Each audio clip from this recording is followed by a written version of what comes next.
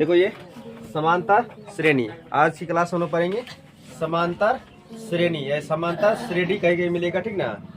अच्छा, समांतर श्रेणी कभी कभी सीढ़ी देखा है तुम लोग? सीढ़ी, ठीक ना।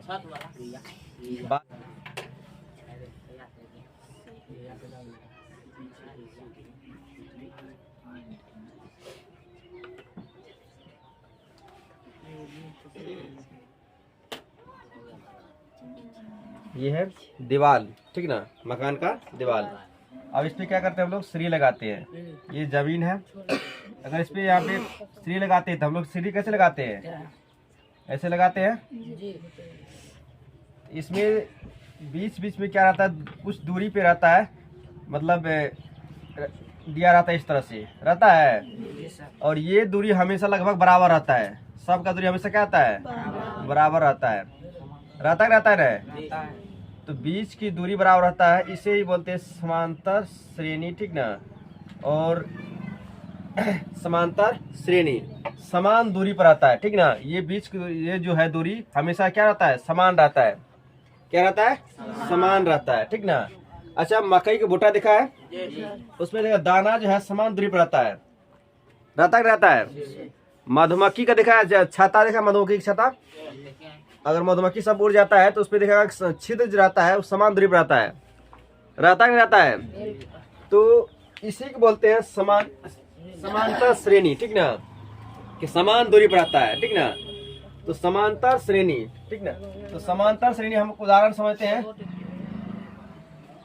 उदाहरण हमको मिलेगा कहाँ पे? मकई के भुट्टा में। मकई के भुट्टा बोलते उसको रे, भुट्टा में। और मधुमक्खी के छाता में, मधुमक्खी के छाता में। ऐसे देखा होगा मधुमक्खी, ठीक ना। ऐसे रहता है, समान दूरी पर दूरी, ठीक ना, रहता है। ये ऐसे रहता समान दूरी, ठीक ना। या तो हम बोल सकते सीढ़ी में देखने को मिलेगा। ये अपने मतलब अगर नजर इधर उधर करेगा तो पता चलेगा, सीढ़ी में देखेगा तो समान दूरी पर रहता है, ठीक ना। रहता ना। तो यही है समांतर श्रेणी, ठीक ना। देखो, और हम लोग अंक में भी कह सकते हैं। जैसे मान लो कि 2 है, 2 के बाद 4 है, 6 है, 8 है, 10 है। इसमें कितना का दूरी है, मतलब कितना का अंतर है? इसमें समान अंतर, मतलब 2 का अंतर है। 4 में से 2 गया तो 2। इसमें कितना का अंतर आ रहा है? इसमें भी 2 का अंतर आ रहा है। इसमें 2 का, इसमें 2 का अंतर आ रहा है, ठीक ना। तो ये है, यहाँ पर भी देखने को मिलेगा, ठीक ना, समांतर श्रेणी, ठीक ना। अंक में भी मिलता है समांतर, मतलब अंक में भी मिलता है कौन चीज? समांतर श्रेणी देखने को मिलता है, ठीक ना। श्रेणी मतलब कि समान दूरी से अगर गुजरता है, ठीक ना। ये समान दूरी पर से श्रेणी गुजर रहा है, ठीक ना। ये हमेशा समान दूरी से क्या हो रहा है? समान मतलब अंतर से बढ़ रहा है कि नहीं बढ़ रहा है, ठीक ना। तो इसको उतारो पहले। 2 व्यक्ति है, ठीक ना, तुम लोग लिखो, ठीक ना, और समझो भी।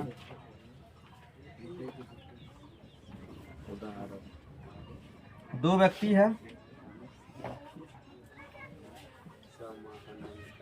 और इसका नाम है ए और इसका नाम है बी।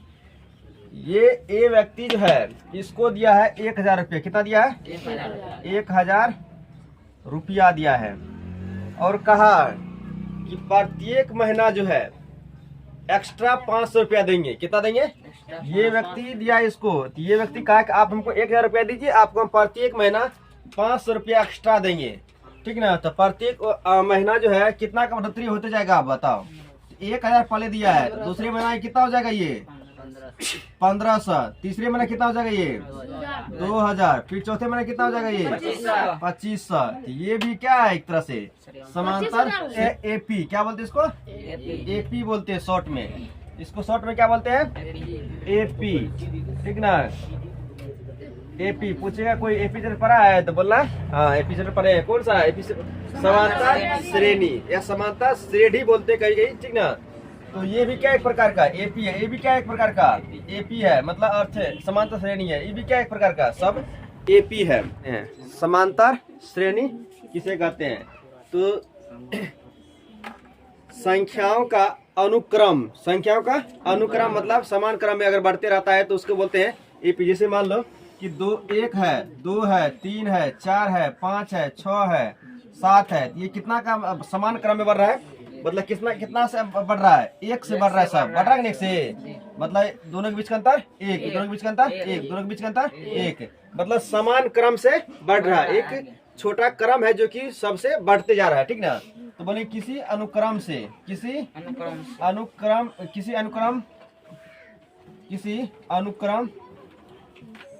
किसी संख्याओं का अनुक्रम को किसी संख्याओं का अनुक्रम को समांतर श्रेणी कहा जाता है।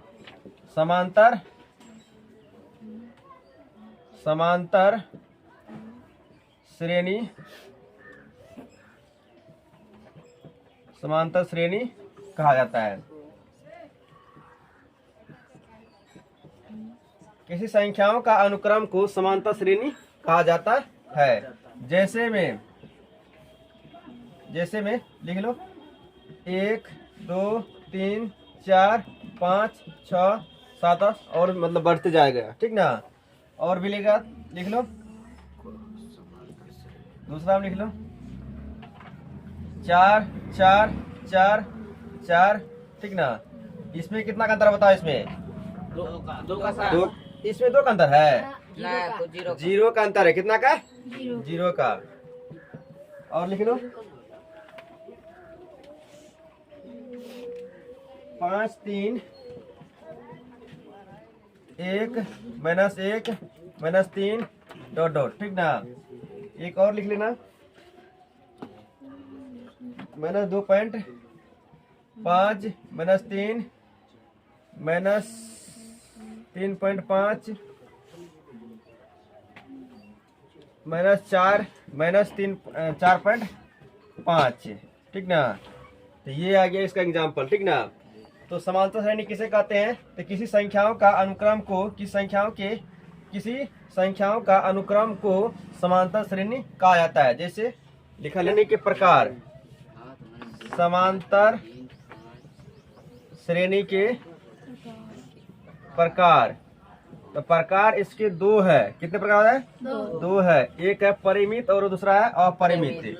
पहला है परिमित, दूसरा है अपरिमित। परिमित बोलेंगे वह संख्या जिसमें कि संख्याओं की वह समांतर श्रेणी जिसमें कि संख्याओं क्या रहता है, मतलब निश्चित रहता है। जैसे मान लो इसमें देखो, इसके बाद है इसमें डॉट, इसका मतलब यहीं तक ये क्या हुआ? खत्म हो गया है। लेकिन इसमें देखो ये कौन सा समीकरण कहलाएगा? ये मतलब कौन सा समांतर श्रेणी कहलाएगा? परिमित कहलाएगा। क्या कहलाएगा? परिमित। मतलब अंत है इसका। जिस समांतर श्रेणी का अंतिम संख्या दिया यानी अंत हो उसे बोलेंगे परिमित समांतर श्रेणी। और जिस समांतर श्रेणी का श्रेणी में संख्याओं का संख्या में अंतिम पद नहीं दिया हो या अंतिम न हो उसे बोलेंगे अपरिमित समांतर श्रेणी। जैसे में ये है, इसका अंत ले लिया यहाँ तक, यही तक है ना। इसके बाद नहीं बढ़ रहा, ये क्या कहलाएगा? ये परिमित कहलाएगा। कौन सा? परिमित। इसमें देखो इसके डॉट का कहने का मतलब ये और भी बढ़ते जाएगा, ठीक ना।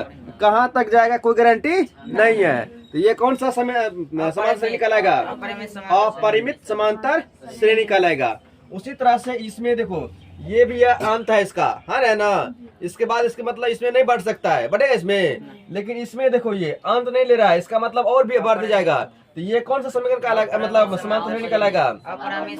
अपरिमित समांतर श्रेणी। और ये परिमित समांतर श्रेणी। समझ में आया? परिमित और अपरिमित समांतर श्रेणी अभी, ठीक ना। लिखो समांतर श्रेणी के प्रकार। इसके 2 प्रकार है। पहला प्रकार है परिमित समांतर श्रेणी। परिमित समांतर श्रेणी। लिख लिया, परिमित समांतर श्रेणी। इसके बाद इसका मतलब डॉट है, इसका मतलब क्या है, किसे कहते हैं, तो लिख लेना, ठीक ना। तो बोलेंगे वह समांतर श्रेणी जिसमें संख्याओं की संख्या जाता है, क्या होता है, निश्चित होती है। वह समांतर श्रेणी जिसमें संख्याओं की संख्या, जिसमें सदस्यों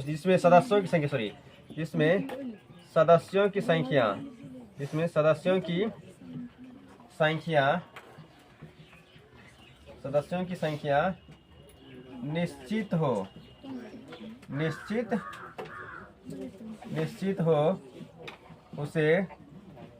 उसे क्या कहते हैं, उसे परिमित समांतर श्रेणी कहा जाता है या कहते हैं। बोला इसमें जो है अंतिम संख्या होती है, इसमें या परिमित समांतर श्रेणी में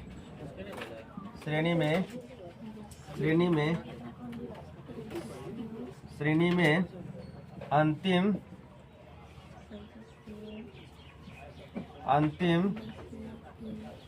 संख्या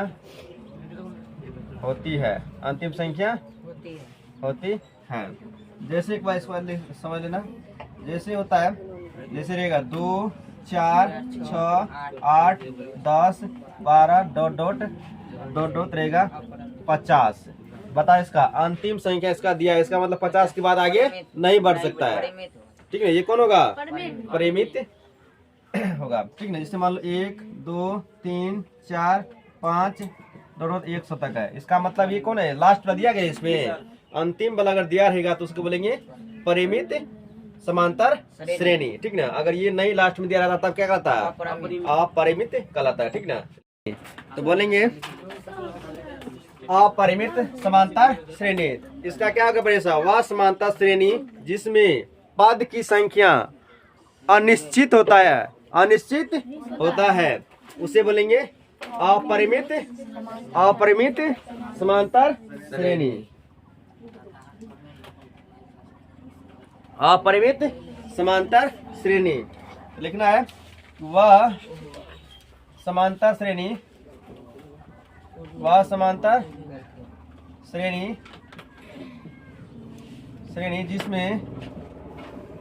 जिसमें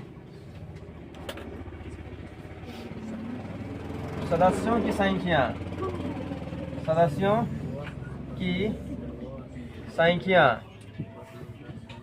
अनिश्चित होती है, उसे अपरिमित समांतर श्रेणी कहा जाता है।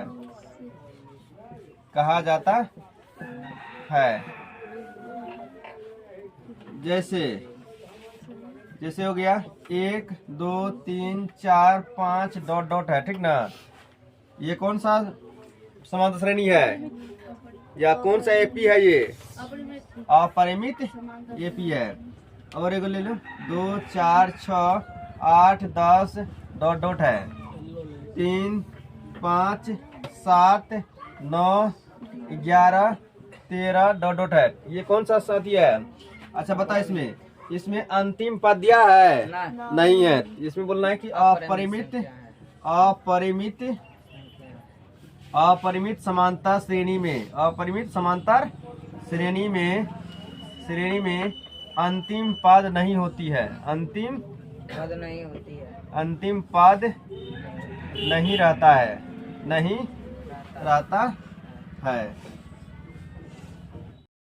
चलो आप देखते हैं, हम लोग दो चीज बारे में समझते हैं। पहले हम लोग समझते हैं पद, ठीक ना। उसके बाद दूसरा समझते हैं हम लोग सार्व अंतर, ठीक ना। पद यानी एलिमेंट, ठीक है। इसका इंग्लिश होता है कॉमन डिफरेंस, कॉमन डिफरेंस।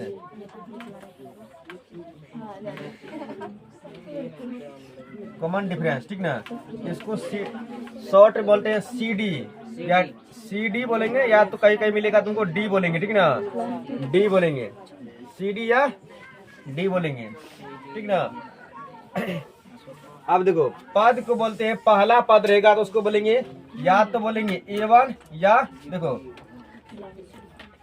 चलो इसको बाद में पहले समझते हैं, पहले इसको समझ लेते हैं, ठीक ना। पद जो होता है, पहला पद रहेगा, पहला पद को बोलेंगे, पहला पद को बोलेंगे A1, या बोलेंगे इसको T1, या हम A1 ही बोल सकते हैं या T1 ही बोल सकते हैं। पहला पद क्या बोलेंगे, A1 या T1, कोई एक ही बोलना है, ठीक ना। दूसरा पद को बोलेंगे, दूसरा पद रहेगा तो उसको बोलेंगे A2, या उसको या T2 बोलेंगे, A2 या T2 बोलेंगे। और तीसरा पद को बोलेंगे, तीसरा पद को बोलेंगे A3 या T3। फिर चौथा पद रहेगा, चौथा पद रहेगा तो उसको बोलेंगे A4 या T4 बोलेंगे। जैसे एग्जाम्पल से हम लोग समझ लेते हैं, ठीक ना, एग्जाम्पल से समझ लेते हैं। जैसे 2 है, 4, 6, 8, 10 डॉट है, ठीक ना। इसमें बताओ कि पहला पद कौन होगा, पहला पद यानी A1 हम या हम बोल सकते हैं T1, कोई एक ही लिखना है, ठीक है, दोनों अभी लिख रहे हैं। तो इसमें पहला पद कौन होगा, 2 कहलाएगा, ठीक है। ये पहला पद, दूसरा पद, तीसरा पद, चौथा, पांचवा, छठा, सातवां, आठवां ऐसे बढ़ते जाएगा, ठीक है ना। तो पहला पद इसमें कौन है, तो पहला इसमें 2 है। उसके बाद दूसरा पद, इसमें दूसरा पद, दूसरा पद को बोलते हैं A2 या T2, तो मतलब दूसरा पद क्या है, इसमें 4 है। तीसरा पद इसमें क्या है, तीसरा पद, तीसरा पद को बोलेंगे A3 या T3, मतलब कितना है, 8, 6 है, ठीक ना। उसी तरह से चौथा पद इसमें कौन होगा, चौथा पद, चौथा पद को बोलते हैं A4 या T4, 8 होगा, ठीक ना। इसी तरह से हम लोग अगले पांचवा पद भी लिख सकते हैं, छठा पद भी लिख सकते हैं, ठीक ना, लिख सकते हैं। सार्व अंतर समझना आप, सार्व अंतर, सार्व अंतर इंग्लिश होता है इसका कॉमन डिफरेंस, कॉमन डिफरेंस, ठीक ना। इसको शॉर्ट में संकेत बोलते हैं, इसको संकेत बोलते हैं CD, या कहीं कहीं तरह को मिलेगा D देखने के लिए, ठीक ना, D मिलेगा, अधिकतर D ही यूज होता है इसका, ठीक ना। तो AP दिया रहेगा, जैसे मान लो कि 2 है, 4 है, 6 है, 8, 10 डॉट है, ठीक ना। तो पूछेगा कि D, तो पहले हमको पता चल लिख लेते हैं सार्व अंतर बराबर होता है क्या फॉर्मूला। सार्व अंतर, सार्व अंतर हम AP लिखते हैं पहले, पहला पद, पहला पद, दूसरा पद, दूसरा पद, तीसरा पद, तीसरा पद, चौथा पद, चौथा पद, ठीक ना। इसी तरह से तो बताओ कि सार्व अंतर बराबर होता है, सार्व अंतर हमेशा बराबर होता है, क्या होता है, बराबर होता है। सार्व अंतर हमेशा इन्हें D जो है हमेशा क्या होता है, बराबर होता है। जैसे सार्व अंतर ये D बराबर हो जाएगा D1, इसको मान D1 मान लेते हैं, तो हमेशा दूसरा पद में से पहले वाले पद को हटाना, घटाना है, क्या करना है, घटाना है। तो दूसरा पद में से पहले वाला घटाएगा, तो दूसरा पद माइनस हो जाएगा पहला पद, पहला पद, दूसरा पद माइनस पहला पद। अगर मान लो हम ये दोनों यहाँ से हम यहाँ से निकालना चाहते हैं, यहाँ से निकालना रहेगा तब क्या लिखेंगे, या हम इसको ऐसे भी लिख सकते हैं, तीसरा पद माइनस दूसरा पद, तीसरा पद माइनस दूसरा पद। और भी लिख सकते हैं हम लोग, और भी लिख सकते, चौथा पद माइनस तीसरा पद। मतलब कि हम लोग बता सकते हैं कि D बराबर हो सकता है A2 माइनस A1। देखो अगर AP इस तरह भी लिखल रहेगा, AP बराबर A1 A2 A3 A4 A4 A5 A6 इसी तरह से AN तक लिखा रहेगा, ठीक ना। AN मतलब अनंत है, ठीक ना। अब बताओ इसमें D बराबर हो जाएगा A2 माइनस A1, ठीक ना। फिर D2 बराबर क्या होगा इसमें, D1 बराबर हो गया, D2 बराबर कितना होगा A3 माइनस A2। फिर D3 बराबर क्या होगा A4 माइनस A3। फिर D4 बराबर क्या होगा A4 माइनस हो गया A5 माइनस A4। D5 बराबर क्या होगा A6 माइनस A5। तो ये मेरा कौन सा निकल गया ये। और इसमें जो है सभी डी आपस में क्या होगा, ये बराबर होती है। क्या होता है बराबर, D1 बराबर D2 होगा, D2 बराबर D3 होगा, D3 बराबर D4 होगा, D4 बराबर D5 होगा, ठीक ना। ये सभी जितना निकलेगा D हमेशा क्या होती है समान रहता है, ठीक ना। D हमेशा क्या होती है ये सार बंतर हमेशा। निम्न में से कौन किस प्रकार का AP है, मतलब कि परिमित AP कौन है इसमें से और अपरिमित AP कौन है। तो बताओ एक नंबर में है कि 2 4 6 डॉट डॉट है, ठीक ना। ये कौन सा AP है, ये होगा अपरिमित AP होगा ये। क्यों, क्योंकि इसकी सदस्य की संख्या यानी पद की संख्या निश्चित नहीं है और अंतिम पद भी इसमें नहीं दिया है। जिसमें अंतिम पद दिया रहेगा उसको बोलेंगे परिमित AP, ठीक है। इसके बाद ये कौन सा होगा, ये होगा परिमित AP और ये होगा अपरिमित और ये होगा, ये कौन सा होगा परिमित और ये अपरिमित AP होगा।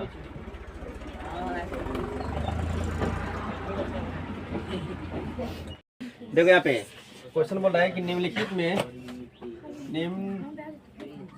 निम्न में से निम्न का पहला पद यानी पहला पद क्या शेड्यूल करते हैं A1 से, और पहला पद दूसरा पद को A2 से, और तीसरा पद और तीसरा पद A3 ज्ञात करें।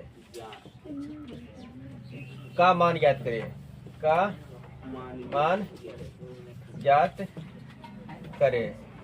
तो AP दिया गया है, इसमें एक नंबर में AP दिया गया है। AP क्या दिया गया है, देखो AP दिया गया है 2 4 6 8 10 डॉट डॉट है 12, ठीक ना। हाँ यह बताओ ये कौन सा है मतलब AP है परिमित का अपरिमित अपरिमित है, ये परिमित है। अंतिम पद इसमें दिया गया है, कौन सा होगा ये परिमित। आप देखो इसमें बोल रहा है कौन सी, क्वेश्चन बोल रहा है निम्न का पहला पद दूसरा पद और तीसरा पद ज्ञात करे। तो बताओ इसमें से पहला पद कौन होगा, पहला पद इसमें कौन होगा पहला पद यानी इसी को बोलते हैं A1 हो जाएगा 2। दूसरा पद इसमें क्या होगा दूसरा पद यानी A2 बराबर हो जाएगा 4। तीसरा पद इसमें क्या होगा तीसरा पद इसमें हो जाएगा A3 मतलब 6 हो जाएगा, आएगा ना। उसी तरह से दूसरा क्वेश्चन लेते हैं आप।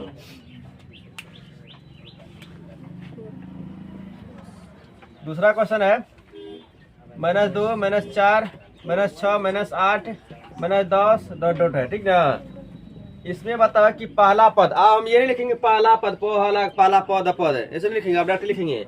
पता है इसमें से पहला पद इसमें क्या मतलब A1 कितना आएगा इसमें -2, A2 कितना इसमें -4, A3 कितना इसमें -6। यही मेरा क्या गया आंसर, यही मेरा आंसर इसमें क्या गया। AN बराबर देगा N+1। N बराबर दिया कौन सी N+1 और इससे जो है हमको पहला पद, दूसरा पद और तीसरा पद निकालना है, ठीक ना। दूसरा पद, तीसरा पद, दूसरा पहला पद, दूसरा पद और तीसरा पद उससे ज्ञात करना है, ठीक ना। अब देखो इसमें n जो है, n का मान हमेशा जो होता है इसमें जहां लिखना, जहां n जो है, जहां n एक प्राकृतिक संख्या है। कौन संख्या? प्राकृतिक संख्या। प्राकृतिक संख्या किसे कहते हैं, कोई बता सकता है? संख्या को प्राकृतिक संख्या कहते हैं। प्राकृतिक संख्या मतलब कि n बराबर कितना आएगा? 1 2 3 4 5 दो आएगा, ठीक ना, मतलब बढ़ते जाएगा। यहाँ पे हम n का मान पहले क्या लेंगे, यहाँ पे n बराबर मतलब लेंगे 1, तो n बराबर कितना होगा इसमें? n का मान 1 लिए है, कितना लिए है? 1, और an बराबर दिया है इसमें, तो n की जगह कितना लेंगे? 1 बराबर n है, n की जगह कितना देंगे? 1 प्लस 1 पहले से ये 1 1 कितना आ गया? 2, तो मतलब पहला पद कितना निकल गया? 2 निकल गया ना। ये वन को क्या बोलते हैं? पहला पद बोलते हैं। अब हमको n बराबर अब लेना कितना? 2 लेना है। a2 के बराबर n की जगह कितना देंगे आप? 2 बराबर, तो n का मान 2 प्लस 1 कितना आ गया? 3, मतलब कि दूसरा पद कितना निकल के आ गया? 3 निकल के आ गया, आया ना। अब बता n बराबर की कितना लेंगे? n बराबर 1 2 3, तो an बराबर मतलब कि a3 बराबर कितना निकलेगा? 3 प्लस 1 मतलब 4। मेरा निकल गया पहला पद, दूसरा पद और तीसरा पद, आया निकल के। आया समझ में क्वेश्चन? एक क्वेश्चन और बनाओ तो। देखो यहाँ पे an बराबर की बात दिया है n बटा 2 दिया है, कितना दिया है? n बटा 2। तो बता इसमें कि n का मान क्या होगा? इसमें n का मान 1 2 3 4 5 6 इसी तरह से बढ़ते जाएगा, ठीक ना। n हमको पता है, n कौन संख्या है? प्राकृतिक संख्या। कौन संख्या? प्राकृतिक संख्या, मतलब गिनती की संख्या को प्राकृतिक संख्या कहते हैं। तो n का मान अब पहले क्या लेंगे? यहाँ पे 1 रखेंगे, तो यहाँ पर भी 1 रखेंगे, यहाँ पे 2, यहाँ पे 2, यहाँ पे 3, यहाँ पे 3, इसी तरह से मान रखेंगे। तो n का अब की बार यहाँ पे रखते हैं 1, तो n का यहाँ पे क्या रखेंगे? 1 बटे 2। अगर इसको भाग देगा तो आएगा 0.2 आएगा। भाग देके देखना एक बार, ठीक ना। होता है ना भाग देख लिए, नहीं होता तो कोई बात नहीं है, सीख लेना। अब बताओ a2 का मान निकालेंगे। यहाँ पे 2 रखे हैं ना, तो यहाँ पे अगर 2 रखेंगे तो यहाँ क्या रखेंगे? 2 ही रखेंगे। तो a2 बराबर लिखेंगे 2 बता कितना होगा? 2 बटा 2 कटे कितना बचे? 1, मतलब 1 निकल गया। अब की बार यहाँ पे अगर 3 लिए हैं, यहाँ पे अगर 3 लेंगे तो यहाँ कितना रखेंगे? 3 बटे 2, भाग देगा तो आएगा 1.2, 1.5 आएगा, ठीक ना। तो पहला पद मतलब कि पहला पद इसमें आ गया कितना? पहला पद यानी a1 आ गया इसमें 0.2। दूसरा पद कितना आएगा? दूसरा पद यानी a2 निकल के आ गया 1, और तीसरा पद यानी निकल के आ गया a3 1.5। यही मेरा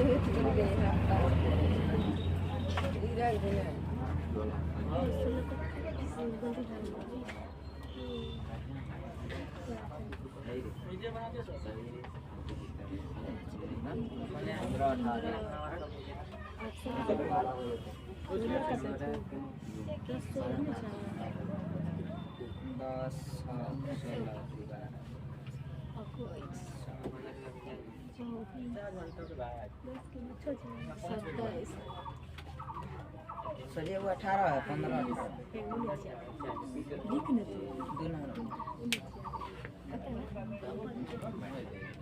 चलो इसको ये घर से बना के लाके क्वेश्चन, ठीक ना।